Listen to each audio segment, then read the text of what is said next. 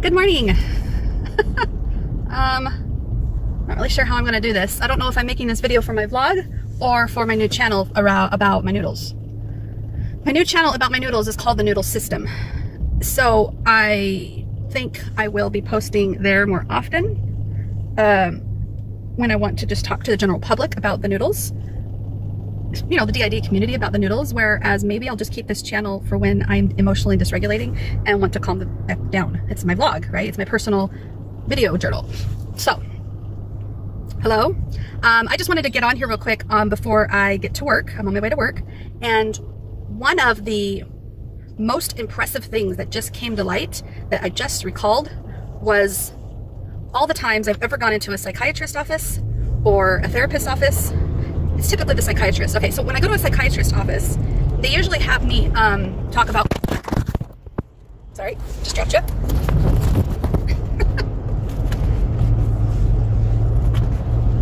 All right, so when I usually go into a psychiatrist's office, they usually have me... let's try that again. When I go to a psychiatrist's office, they usually have me fill out some paperwork because they want to get a baseline of what they're dealing with. They have me answer questions. The last one I went to had so many questions for me. It took me 45 minutes, I think it did, to answer, I want to say, hundreds of questions, maybe 500 questions. I don't remember how many there was. But it's almost like I had two different voices trying to speak when I would answer a question, sometimes three. And I don't hear the voices. It's not an auditory hearing. It's two or three thoughts, two or three different feelings, two or three opposing opinions. And so when it would ask me a question about, let's say, have you ever felt paranoid about, you know, not being able to trust people, right? The way that the bubbles on the page were like frequently, seldomly, not frequently, not at all, stuff like that, you know what I'm saying? And so I couldn't really exactly put where I felt because three different ones felt three different things. I've got a noodle in my head that absolutely has no paranoid issues whatsoever. She's actually quite trusting, and it really annoys us because she's naive and she's gullible and she trusts everyone, and it doesn't work out very well. So, you know, you want to say not at all if she was the one answering, but she's not the one answering. It was Iago. Iago, I don't want to talk about my elders too much because I'm not solid in my full understanding of them. And they don't always come out because I've been in charge for so long. I'm 39 years old and I've been denying them all my life, right? And even though I would have pockets of opportunities to research this and talk to them and understand what's going on when I'm really stressed and troubled and I really want to get this out, like when I'm emotionally dysregulated, to me, that's when my alters are trying to say something. So I have to go inward and try to figure out what's going on with me. Where's all this coming from? How is this showing up? How can I have two or three or four different opposing opinions at one time? This just, it was a multitude of dyads in my head. And describing that to a doctor, a psychiatrist, a therapist, it just does not make sense to a lot of them. So as I'm trying to answer these questions, Iago was the strongest one that came out and said stuff like, always paranoid, can't trust anyone, you know, I can't exactly remember how he said it or how he feels because it's not how I feel. My name is Yellow. You can call me Yellow because I feel, out of all of the noodles, I'm the well-versed. I'm the as I'm stuttering over my words, I'm able to articulate our system to the best of my ability. And out of all the noodles, I probably do it the best, even though I don't do it very well. So what I'm trying to say is Iago answered a lot of those questions, but then he didn't answer all of them. And so when it came to the questions about trust, Iago didn't answer those. I don't know who answered those. I know there's a trusting one in there. I don't know him very well. Someone else did.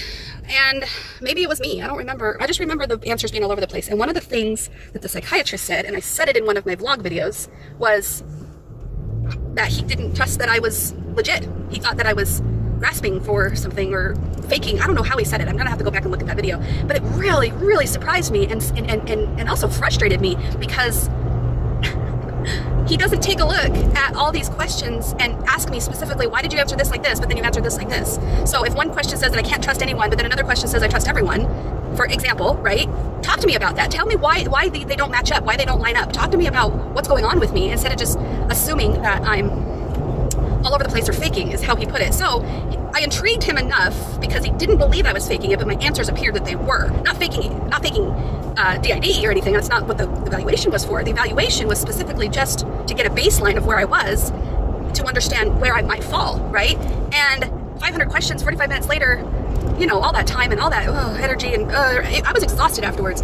But he was so perplexed by my answers, he sent me in for a neurological examination, and neuropsych eval, that's the way I say it, I guess. Neuropsych eval. So we go into the neuropsych eval, and I think it was over a period of 2 days, and then 2 different days, and then the third visit was to get my evaluation results. And the first day was just blah, blah, blah, blah, blah, blah, talk. And the second time we did games and puzzles and memory tests and little, you know, it was actually quite fun for a couple of our alters. And I just relaxed and did it, and whatever came out, and whatever, blah, blah, blah, blah, blah. But again, my answers must have clouded every other answer I gave. And I ended up with a paranoid personality disorder diagnosis, which is not accurate whatsoever. It's maybe accurate for one noodle, but it's not accurate whatsoever for the rest of my noodles, or what's really going on with me, because I don't have paranoid issues all the time.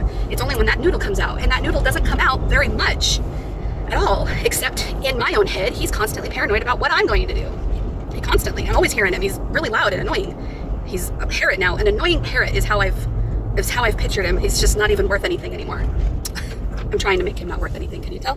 Anyways, what I'm trying to say is, yeah, psych evals in the past did not make sense. I've taken quite a few, and they've all said that it's all over the place. I had 2 that particularly, I tried calling one of them the other day, and it was so long ago, I think it was 11 years ago that I took it, and they don't have the results anymore, and I'm really bummed about that. But yeah, this one, I could get the results of that. I really want to, actually. Anyways, I'm going to work now, so I will talk to y'all later. Thanks for letting me gab. Hi. Hi, y'all. I'm leaving work. Same day. I had a thought, and I wanted to share it real quick. 1 second. All right, so this is just a quick thought. You let me know in the comments below what you think about this. But my observation of my own personal experience with d.i.d. looks sometimes different than somebody else's experience with d.i.d. or OSDD. And that's to be expected, right? We all are different. We have different brains. We process things differently. And the way I describe my experiences may be described in a way that just, that's the way it's showing up for me. It's not exactly, it's not apples to apples. You can't compare apples to oranges. They're just 2 completely different fruits, right? So yeah, we're all fruits, right? That's what I'm just kidding. That wasn't a funny joke. Yeah, that was bad. Okay, anyway, my experience with OSDD personally is I don't have these backstories to my alters, to my noodles, I call them. My noodles seem to resemble either a trauma that I hold, or they resemble someone who has caused trauma to me, or they are my alter ego self of someone that I wish I could be all the time. And I can give you some examples, but I'm just, for the sake of it being short, I'm just going to try to keep it really as concise as possible, okay? For example, I have one noodle that I call Little Boy Blue. And the reason why I call him Little Boy Blue is really just, that was the first name that came to mind, and it really just felt like it stuck, like it was perfect for him. And being the host of these noodles that don't have full voices, they have full emotion and full opinions and full thoughts, but they can't always articulate things you would expect a fully developed alter to say. So, like, I've asked names, what is your name? And some are confident and some aren't so confident in giving me a name, and maybe they don't know their name, or maybe they do know their name and they're withholding it, or maybe I'm not listening very well, or something, I don't know. But Little Boy Blue was the only thing that seemed to really fit this personality, this trait, this alter, this noodle, whatever you call it. I don't know how to explain it still sometimes. But when I'm talking to him, I see tears in his eyes, and I see the pain that he's holding, and I see him trying to stay tough. You know, his eyes are welding up, but he's got this angry look on his face, like he's ready to take it. Just go ahead, hit me again. I'm not gonna cry, I'm not gonna cry, I'm not gonna cry. And that alter, for me, it was in a lot of pain. And it wasn't until I started talking to him and started listening and started to really hear what that's all about, I recognize that watching my brother get abused by my father, by our father, was a traumatic experience for me.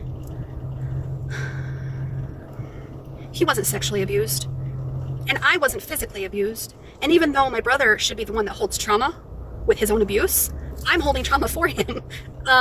Even if my brother doesn't, I'm holding trauma for him, and I'm holding it inside Little Boy Blue. And it doesn't come up unless Little Boy Blue is presenting himself in some random, obscure, not so obvious way. It's kind of very subtle, and it's only when it's triggered and it's go ahead, I got it, I'll take it for you. You know what I'm saying? I don't know how to explain it, but that's, so the reason why I bring this up is because there's a popular YouTuber who talks about dissociative identity disorder, and her alters have these elaborate backstories, and the way they imagine themselves in their head, and the way in the headspace, in the inner realm or the inner world. And I really wish that I could see that more. Maybe as time goes, I will. Is that normal in your world, that you can just see it, or is it normal that you couldn't see it? Does it take time to see it? Do they show it to you later? Or have you had this for years and they haven't shown it to you? Is it the fundamental difference between d.i.d and OSD? Do you see all the questions that come out of my head? And the reason why I'm asking all these things is because this channel is not obviously one that's going to give you very much information like the other awesome channels that they have out there. But I hope that this channel is really just a, let's have a discussion below. Let's talk about this. I want to know what's going on. I'm involved in a couple of Facebook groups for OSD, d.i.d, and I've asked questions there, and they're really helpful, and there's a really great community. There's really great communities out there if you're looking to, you know, be in touch anonymously. I don't know, I guess I suggest getting an anonymous Facebook account or anonymous YouTube account. Comment below. Let's talk about this. What does it come up for you like? So I got the alters that have abused, that hold the abuse, which is watching my brother get beaten up. That's Little Boy Blue, and then I have several other examples, but that's one of the ones that just came forth to me recently. And I can't even remember what I was saying now. Crap. Alters that were abuse. Alters.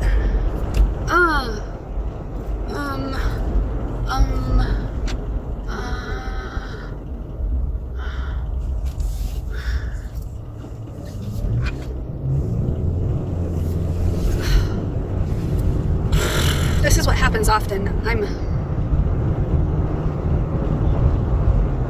This is what led me to start to get therapy to begin with, is my host self, this is me, Crystal, feels very cloudy and confused and fuzzy and insecure and not sure what I'm talking about or thinking about, and it's like all going all on at once. And sometimes I will get someone in the driver's seat or the passenger seat, and I can really communicate really well, and I can really be bubbly and talkative and everything, and this is what got me questioning what the heck is going on with me. Why do I feel like completely, like I don't even know what I was talking about. Like, I know that we were talking about alters, right? And I know that we were talking about okay, three different alters. We got the alters that hold the trauma. We got the alters, okay, that gave me trauma, yes, and we got the alters that are my alter ego type of alters that I wish I could be all the time, such as Yellow and Kit. People call her Kita. Other noodles in the system call her Kita because it stands for know it all. Kita, know it all. Kita, know it all. Kita, can you know it all for a second, please? Come back. Kita was here just a second ago and was super confident with what she was talking about, and now it's like not there. It's not there. Oh, this is just so frustrating because it was there a second ago and now it's not, and I don't know what to do. I guess this is a crappy video and I just gotta turn it off. I don't even know if I'm doing this channel anymore. This is so stupid. I watched those other two. Those other two were dumb. Those other two were so dumb. I just uploaded 2 videos, and then I did a third one later that day, and I haven't uploaded it yet, but oh my gosh, I'm so dumb.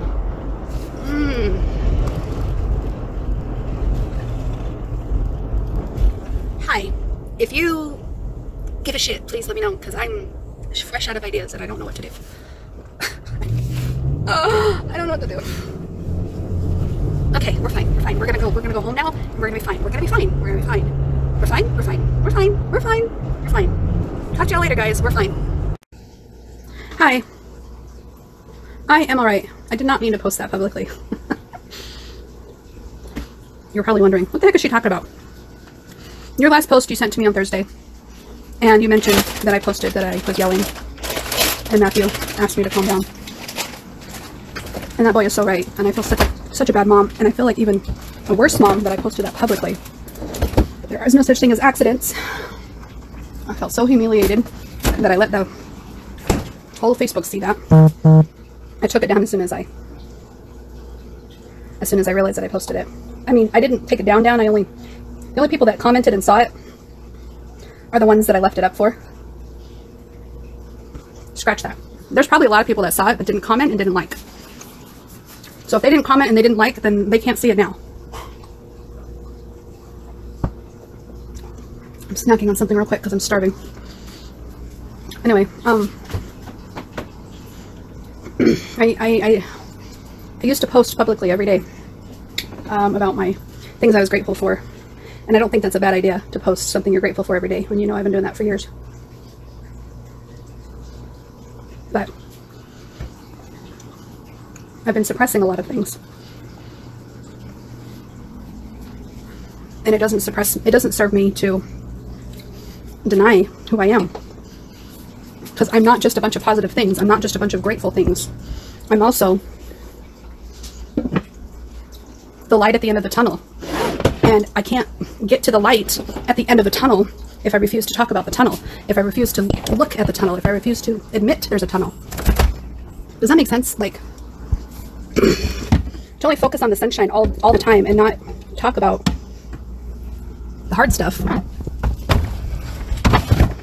I just put myself in further denial, and that's where I'm really just trying to be real with myself. And even though I'm not sharing it with the world doesn't need to know in order for me to deal with my trauma, to deal with my tunnel. I don't know if I'm making any sense. Anyways, no, am I okay? Sure, yeah, I'm okay. But I'm falling apart pretty much every day, or every other day, or every 4 days at the most I can go. And if you were to ask Jim, he would probably tell you that I'm not doing okay. But there's nothing anybody can do. I just need to go through this. And Jim is doing awesome by allowing me to go through this. And what I mean by allowing is he's not kicking me out. He's not making me feel threatened, or I feel very safe being here. He's giving me space.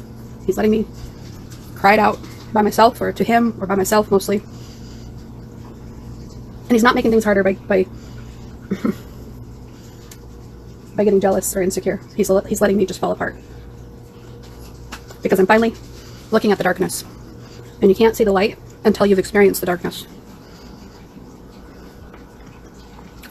I mean, you can acknowledge the light and you can see the light, but when darkness just keeps showing up and you keep turning your blind eye to it, no, it's not there, it's not there, I'm going to pretend like you're not there, I'm going to pretend like you're not there. It's like, well, then it's always going to show up, it's always going to sneak up on you, it's always going to be a terrible thing to try to deal with. I want to deal with it so much that it's not a problem for me anymore. I want to learn how to deal with it so well that it doesn't scare me anymore. I want to learn how to deal with it so much, so good, that I'm not bawling my eyes out every time it comes up. I can just say, oh, that's you again. Okay. Well, I'm going to choose to look at the light now. Like, you know what I'm saying? And I haven't ever done that. I haven't done that with my dad's death. I haven't done that with the physical abuse that I witnessed as a child. I haven't done that with the emotional abuse that I had as a kid and as a teenager. I haven't done that with my husband and the crap that he's put me through. And I haven't dealt with the betrayal that I feel like I've done to myself. I haven't dealt with the grief of my father in a way that allows me to release it once and for all, accept it once and for all. So, no. Am I okay? Sure, yeah, I guess I'm okay. But does it appear like I'm okay? No, probably not. Anyway, I'll talk to you later. Thanks for checking in on me. And I'll talk to you another time. Bye. Hi. I think I have just learned to come to the acceptance that this channel is going to specifically be for me. I can't let it be about what... For example, it is my hope that this channel will grow and that it will get comments that are helpful, and we can start a conversation that really just starts to dive into this more and make it less weird for those who are trying to learn about themselves or about someone else that they know who is going through a tough time accepting their inner voices that they have going on. I've come to terms with a lot of things in the last recent weeks, and so as I continue to dig, if I make this channel more about my process and my growth and not about what other people need or what other people want, then I'm just going to benefit the most from it. And that's all I really can do, is instead of stressing so much about what other people want or don't want, or what other people need or don't need from a channel, pretending like someone might be listening besides the 13 voices in my head, I feel like it gives me an excuse to talk about this out loud, talk about this with the community that might understand where I'm coming from just a little bit. So please comment below if you want to start a conversation. I don't think YouTube's algorithms are going to point you to my videos, and if they happen to, that's great. But if not, that's okay too, because I'm going to just keep talking for me, and we'll see what happens, okay? This video I was watching was just posted a few days ago. It's a almost 2 hour Zoom chat between a bunch of plural representatives on YouTube, and they answer a lot of questions from their live chat. And I don't know who's talking right now. Maybe I'll figure that out here in a second, but I just want you to hear his question, and then I want to talk about his answer because I really liked it, and I listened to it just now, and I was like, ooh, don't worry, I'm not playing the full 2 hours for you. So let me just have you listen to this one right here. Hold on one second, volume all the way up. All right, here we go. I think I can share a little bit about that. So for me, what we found is that there was a lot of kind of unexplained volatility in our relationship. Redwoods, the Redwoods is what he calls himself, or I guess it's a woman alter that's talking right now, I think, if I was listening correctly. Here's the Redwoods. Relationships, etc. Before we knew we were multiple and before we told anyone. So there's kind of a period like before we knew it all, and we had a certain dynamic. Petra's talking, I guess. Okay, so the first thing he said, I don't know if you caught it, he said something about relationships were full of volatility. Alexa, what is the definition of volatility? Okay, she's not talking to me. Alexa, give me the definition of volatility. This might answer your question. Event is usually defined as something that happens or is regarded as happening, an occurrence, especially one of some importance. For more, ask me to... Great. I guess I could share a little bit about positive ways. So for me, what we found is that there was a lot of kind of unexplained volatility in our relationships. Volatility. Before we knew we were multiple and before we told anyone.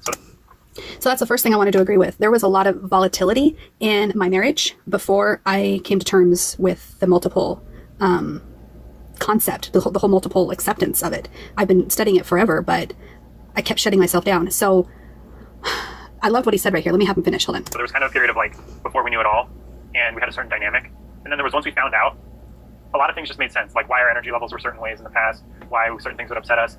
We could now actually like directly talk to all these parts of ourselves, of each other, like things that kind of just felt like lumpy and somewhere deep in the dark. Now I felt like I could be like, hey, person in that corner of the mind, what's going on over there? And that just, I think, over time, even though it had its kind of like shockwave moments of like being like, this is really overwhelming, this is Eliza now.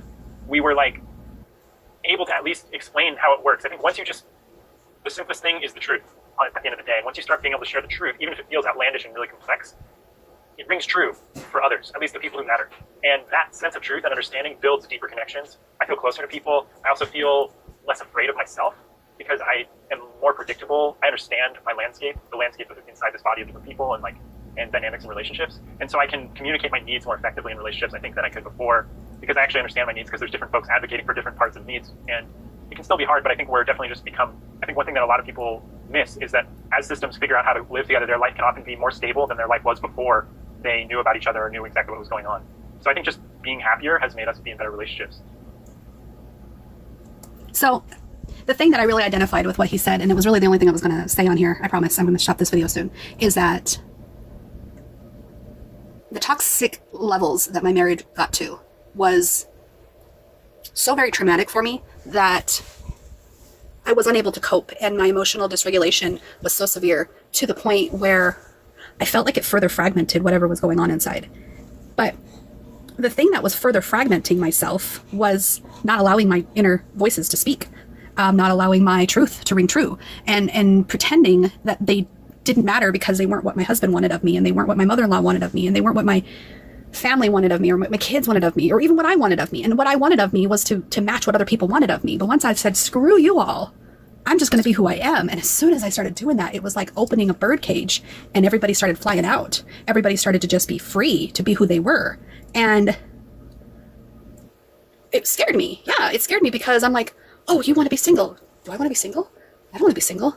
You know, and she'd be like, I want to be single. I don't want to be married. And I'm like, but that's not what I want, or do I want that? And it became so complex of a duality of just that concept. And I'm like, yeah, I don't know. That's not what I want. I'm pretty sure that's not what I want. So tuck that back in, tuck that back in. I don't want that thought. I don't want that truth to come out. And I'm like, oh, so it would drive me nuts. But then as I started to just say, I just think I'm two different people. And once I just said that as a jokingly side comment, even though I'd been studying it for years, it all started to make sense. It all started to make sense why certain truths would come out, but it didn't fit with other truths, and it didn't ring true for other parts of me at the times that those truths were coming out. Oh, just if you've ever been an OCDD person or plural, or a multiplicity person, or a d.i.d person, I really don't know what to call them anymore, right? There's so many words for them, but If you've ever been that way, you'll understand the complexity of it becomes